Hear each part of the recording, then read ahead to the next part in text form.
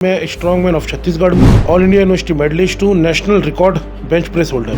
लक्ष्य अपने देश का नाम करना, जिले का नाम करना, राज्य का नाम रोना। करीब पावर लिफ्टर्स के लिए 4 वैकेंसी निकली थी, जिसमें मैंने भी फॉर्म भरा था। मेरे जैसे कई पावर लिफ्टर्स हैं जिन्होंने फॉर्म भरा था, लेकिन फॉर्म भरने के बाद, नाम आने के बाद उस वैकेंसी पर रोक लगा दिया गया। मेरे फादर है, मेरे मदर है, मेरे बड़े भाई का कल कॉल आया था मेरे से। उसने सवाल किया कि तुम्हारी जॉब का क्या चल रहा है, तो हम अपने बड़े भाई को क्या जवाब दें। आज खिलाड़ियों की स्थिति परिस्थिति ऐसी है कि खिलाड़ी फल बेचने पे मजबूर है, वड़ा पाव बेचने पे मजबूर है। यहाँ प्रॉब्लम सबसे बड़ी है कि खिलाड़ी 100 है लेकिन वैकेंसी 5 है। एक ही गुजारिश करूँगा आपके चैनल के माध्यम से, जो वन विभाग की वैकेंसी रोकी गई है उसे जल्द से जल्द रीओपन किया जाए। मैडम, हमें खेल के सिवा दूसरा कुछ आता भी नहीं है। हमारे आंसू सूख चुके, हम अपने घर वालों को जवाब नहीं दे सकते हैं। स्पर्श मल्टी स्पेशलिटी हॉस्पिटल बेहतरीन कार्डियोलॉजी की सुविधा एक्सपर्ट डॉक्टर के साथ ही दे रहा है एम्बुलेंस के लिए टोल फ्री नंबर की सुविधा 08003091616।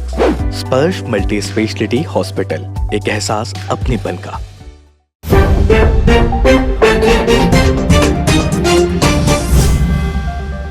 इतिहास में पहली बार ऐसा हुआ है कि एक पावर लिफ्टर को स्ट्रॉन्ग मैन का खिताब मिला है। कैसे मिला है और इनकी पूरी क्या है कहानी, आइए उन्हीं की ज़ुबानी जानते हैं। सर, आप अपना परिचय देंगे पहले? नमस्कार मैडम, मेरा नाम आशिफ अली खान है जी। मैं नेशनल पावर लिफ्टर हूँ, एशिया सेलेक्टेड पावर लिफ्टर हूँ, ऑल इंडिया यूनिवर्सिटी मेडलिस्ट और national record bench press holder, सब जूनियर एवं जूनियर वर्ग and 11 time strong man of Chhattisgarh. जो आपका इंटरेस्ट है पावर लिफ्टिंग में, वो कहाँ से आया और आपकी प्रेरणा क्या रही है? मैडम, सर्वप्रथम मैं गत 2010 में मैं पावर जिम सेक्टर 6 में बॉडी वेट कम करने के लिए गया था। मैं इससे पहले भी मैं बास्केटबॉल खेलता था, लेकिन वज़न बढ़ जाने के कारण मैं पावर जिम गया था। तो वहाँ मैं वज़न कम करने के लिए गया। वहाँ मेरे कोच श्री के अनिल जी, जो इस दुनिया में नहीं रहे, उन्होंने मुझे पावर लिफ्टिंग करने की सलाह दी। उसके बाद से मैंने उनके आशीर्वाद से पावर लिफ्टिंग करना स्टार्ट किया और आज स्थिति ये है कि मैं स्ट्रॉन्ग मैन ऑफ छत्तीसगढ़ हूँ, ऑल इंडिया यूनिवर्सिटी मेडलिस्ट हूँ, national record bench press holder हूँ। पावर लिफ्टिंग में आपकी सबसे बड़ी ताकत क्या रही है और सबसे बड़ी कमज़ोरी क्या रही है? मैडम, ताकत पावर लिफ्टिंग स्पोर्ट्स में, पावर लिफ्टिंग में मैडम मेरा शुरू से बेंच प्रेस स्ट्रॉन्ग रहा है। मैंने सब जूनियर वर्ग में मैंने बेंच प्रेस 175 किलो किया था, जो अभी तक जिसका रिकॉर्ड टूटा नहीं है। इसके बाद मैंने जूनियर वर्ग में 225 किलो बेंच किया था, उसका रिकॉर्ड भी अभी तक टूटा नहीं है। और मैंने ऑल इंडिया यूनिवर्सिटी में मैंने बेंच प्रेस का रिकॉर्ड बनाया था 245 किलो का, उसका रिकॉर्ड नहीं, सॉरी 275 किलो का, उसका रिकॉर्ड भी अभी तक टूटा नहीं है। आपका जो भविष्य में लक्ष्य है, वो आप क्या लक्ष्य लेकर पावर लिफ्टिंग में आए और क्या सोच है आपकी? मैडम, मैं लगभग 11 वर्षों से पावर लिफ्टिंग कर रहा हूँ। लक्ष्य अपने देश का नाम करना, जिले का नाम करना, राज्य का नाम रोना, परिवार का, अपने एसोसिएशन का, अपने गुरुओं का। जैसे कि मैंने बताया, श्री के अनिल जी तो मेरे गुरु हैं, श्री कृष्णा साहू सर, श्री नटखट टंडन, श्री आशीष ओझा, जिनके आशीर्वाद से मैं आज इस मुकाम पे हूँ कि मैंने ऑल इंडिया यूनिवर्सिटी में मेडल लिया, नेशनल में मेडल लिया। आज स्ट्रॉन्ग मैन ऑफ छत्तीसगढ़। एक समय ऐसा था मैम, हैवी बॉडी वेट के खिलाड़ियों को स्ट्रॉन्ग मैन मिलना काफ़ी मुश्किल होता था, क्योंकि अमूमन कैलकुलेशन के चलते फ्लाई बॉडी वेट जैसे 66 KG class, 59 KG class, 74, 83 KG class, इन खिलाड़ियों को स्ट्रॉन्ग मैन मिलता था। पहली बार ऐसा हुआ मैडम, किसी खिलाड़ी को छत्तीसगढ़ में प्लस 120 केजी में स्ट्रॉन्ग मैन दिया गया। कई बार ऐसा होता है कि आपके जो सह खिलाड़ी हैं, जो और भी प्रतिभागी हैं, उनके कई ऐसे मूव्स होते हैं जो बहुत ही अलग होते हैं। तो कभी आप सोचे कि इनको एक्सेप्ट किया जाए, उनको किस तरह से उसको लेते हैं फिर? मैडम, हर खिलाड़ी में एक अपनी अलग प्रतिभा होती है। जैसे कुछ मैंने बताया, मेरा बेंच प्रेस स्ट्रॉन्ग है, तो किसी खिलाड़ी का डेडलिफ्ट स्ट्रॉन्ग होता है, किसी खिलाड़ी का स्क्वाट स्ट्रॉन्ग होता है। तो हर खिलाड़ी का कुछ ना कुछ, मतलब हमारे खेल के 3 पार्ट होते हैं कि स्क्वाट होता है, बेंच प्रेस होता है, डेडलिफ्ट होता है। तो हर खिलाड़ी का एक पार्ट वीक होता है और 2 पार्ट स्ट्रॉन्ग है। वैसे ही मेरा एक squat and bench press strong है, तो डेडलिफ्ट वीक है, लेकिन फिर भी हम स्क्वाट और बेंच से अपने टोटल को रिकवर कर लेते और मेडल पे पहुंच जाते। तो उसी तरह कई खिलाड़ियों की बेंच वीक होती है, स्क्वाट एंड डेड स्ट्रांग होती है, तो वो भी टोटल को पहुंच जाते हैं। जो आपके शासन की तरफ से खिलाड़ियों को नौकरी भी दी जाती है, तो इस शासन की तरफ से आप लोगों को कितना मुहैया कराया गया है? मैडम, शासन की तरफ से 2017 तक के हमें हर चीज़ मुहैया कराई जाती थी। पिछले लास्ट 2 ईयर पहले, पिछले 2 साल पहले हमें हमारे एसोसिएशन के श्री नटवर टंडन जी को शहीद विनोद चौबे अवार्ड से सम्मानित किया गया। शासन पहले किया करता था, लेकिन किसी कारणवश शासन ने करना बंद हो गया। लेकिन पिछले वर्ष 2024 में वन विभाग की वैकेंसी निकली थी। करीब पावर लिफ्टर्स के लिए 4 वैकेंसी निकली थी, जिसमें मैंने भी फॉर्म भरा था। मेरे जैसे कई पावर लिफ्टर्स हैं जिन्होंने फॉर्म भरा था, लेकिन फॉर्म भरने के बाद, नाम आने के बाद उस वैकेंसी पर रोक लगा दिया गया। हमारी पूरी मेहनत, मैम, हम खिलाड़ी लोग उस वैकेंसी का बहुत दिन से इंतज़ार कर रहे थे। हमने बहुत ज़्यादा मेहनत किया, पसीना बहाया और तैयारी की, लेकिन वैकेंसी में रोक लग जाने के कारण हमारी मेहनत का पूरा परिणाम 0 निकला। और मैडम, उसके बाद से अभी तक के ये भी पता नहीं चल पाया है कि उस वैकेंसी पे क्या चल रहा है, क्या वो वैकेंसी होगी, रीओपन वैकेंसी होगी या फिर क्या होगा। हमें समझ नहीं आता हम किसके पास जाके इस चीज़ के लिए बात करें।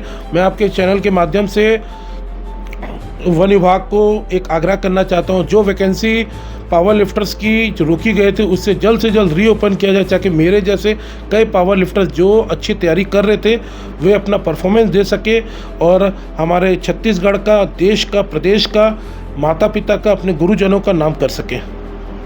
जब ऐसी वैकेंसियाँ निकलती हैं और उन्हें रद्द कर दिया जाता है, तो ऐसे कई खिलाड़ी होते हैं जिनका एक होप रहता है कि उन्हें एक सरकारी नौकरी मिलेगी।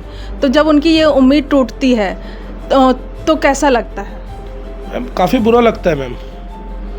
अभी मैं अपने ऊपर ही लेता हूँ मैम। मैंने इस तैयारी के लिए बहुत अच्छी तैयारी की थी, काफ़ी अच्छी तैयारी की थी। जो क्वालिफाइड टोटल था वन विभाग का, मैंने उसको तक टोटल को तैयारी कर ली थी, लेकिन आखिरी में परिणाम 0 निकला। आज मेरे घर वाले, मेरे फादर है, मेरे मदर है, मेरे बड़े भाई का कल कॉल आया था मेरे से। उसने सवाल किया कि तुम्हारी जॉब का क्या चल रहा है। तो हम अपने बड़े भाई को क्या जवाब दें? हम अपने भाई को इतना बोलते हैं कि भाई जल्द से जल्द हो जाएगा। हम अपने भाई को आश्वासन दे रहे, जिस तरह शासन हमें आश्वासन देता है कि हो जाएगा, हम भी अपने भाई को आश्वासन दे रहे मैडम। लेकिन आश्वासन देने से काम नहीं चले। शासन तो अपना काम कर ही रहा है, लेकिन हम खिलाड़ी कहाँ जाएंगे मैम? आज खिलाड़ियों की परिस्थिति ऐसी है कि खिलाड़ी फल बेचने पे मजबूर है, वड़ा पाव बेचने पे मजबूर है, ठेले टपरी चलाने में मजबूर है। अगर ऐसी स्थिति रहे तो हो सकता है मेरी भी ऐसी हो जाए, या मेरे साथ से जो खिलाड़ी इस वैकेंसी की तैयारी किए थी। एक तो मैम हमारे यहाँ प्रॉब्लम सबसे बड़ी है कि खिलाड़ी 100 है लेकिन वैकेंसी 5 है। खिलाड़ी 100 लेकिन वैकेंसी 5 है।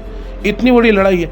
अब 100 खिलाड़ी उस 5 वैकेंसी के लिए लड़ते हैं, तो सोचिए मैम कितनी ताकत लगाते बच्चे। 5 वैकेंसी आज निकाले, लेकिन उसको मैडम पूरा तो करे शासन।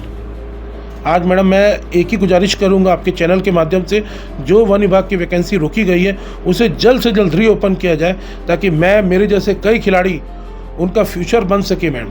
तो जैसे कि हम देख सकते हैं कि किस तरह से खिलाड़ी इतनी मेहनत करते हैं, इतनी उम्मीदें लगाते हैं शासन से कि इतना अच्छा खेलने के बाद, इतने मेडल्स और कई सारे तमगे अपने राज्य के लिए लाने के बाद, ज़िले के लिए लाने के बाद भी उनकी इतनी उपेक्षा की जाती है, इतना उनको निगलेक्ट किया जाता है कि उन्हें एक सरकारी नौकरी तक मुहैया नहीं कराई जा सकती। ऐसे में इनका जीवन यापन किस तरह से हो पाता है, आइए इन्हीं से जानते हैं। मैं आपके चैनल के माध्यम से एक ही बात कहना चाहूँगा कि पिछले वर्ष 2024 में जो वन विभाग की वैकेंसी निकली थी उसे जल्द से जल्द रीओपन किया जाए, ताकि मैं और मेरे जैसे कई खिलाड़ी जो पावर लिफ्टर्स हैं वे इस नौकरी के लिए मैडम बहुत दिनों से इंतज़ार कर रहे हैं। वैकेंसी को रीओपन किया जाए ताकि हम मैडम ट्रायल दें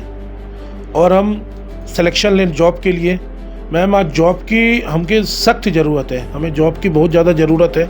हमारे परिवार में हमेशा नौकरी के लिए पूछते हैं कि मैंने बताया ना, जैसे कि कल ही मेरे बड़े भाई का कॉल आया तो उन्होंने मेरे से जब पूछा कि तुम्हारी जॉब का क्या चल रहा है, हमें अपने घर पे जवाब देने के लिए कुछ भी नहीं है। मैं शासन प्रशासन से कहना चाहूँगा, मैं और मेरे जैसे कई खिलाड़ी जो कि आज बहुत ज़्यादा मजबूर हैं, कुछ खिलाड़ी मजदूरी का काम करते हैं और उसके बाद इवनिंग में जाके अपनी ट्रेनिंग करते हैं, उनके बारे में सोचें। कुछ प्राइवेट नौकरी करते हैं फिर शाम में जाके अपना पूरा ट्रेनिंग करते हैं, उनके बारे में सोचें। मैं खुद बच्चों को ट्रेनिंग देता हूँ, शाम में बच्चों को ट्रेनिंग देता हूँ, दिन में बच्चों को ट्रेनिंग देता हूँ, उसके बावजूद मैं ट्रेनिंग करता हूँ। तो हम सभी खिलाड़ी, मैं और मेरे सभी खिलाड़ीगण, हम सब परेशान हैं और शासन से एक ही विनती करते हैं, जो वन विभाग की वैकेंसी पिछले वर्ष रोकी गए थे उसे जल्द से जल्द रीओपन किया जाए, ताकि हम ट्रायल दे सकें और नौकरी में जल्द से जल्द लग सके और शासन का, प्रशासन का, हमारे देश का, हमारे ज़िले का, अपने परिवार का, हम अपने एसोसिएशन का नाम रोशन करें। खुश है तो कोई खुशी मना ले, छोटा बड़ा केक मंगा ले, संगम में मिलता है बढ़िया केक, संगम में मिलता है बढ़िया केक। तीरंदाज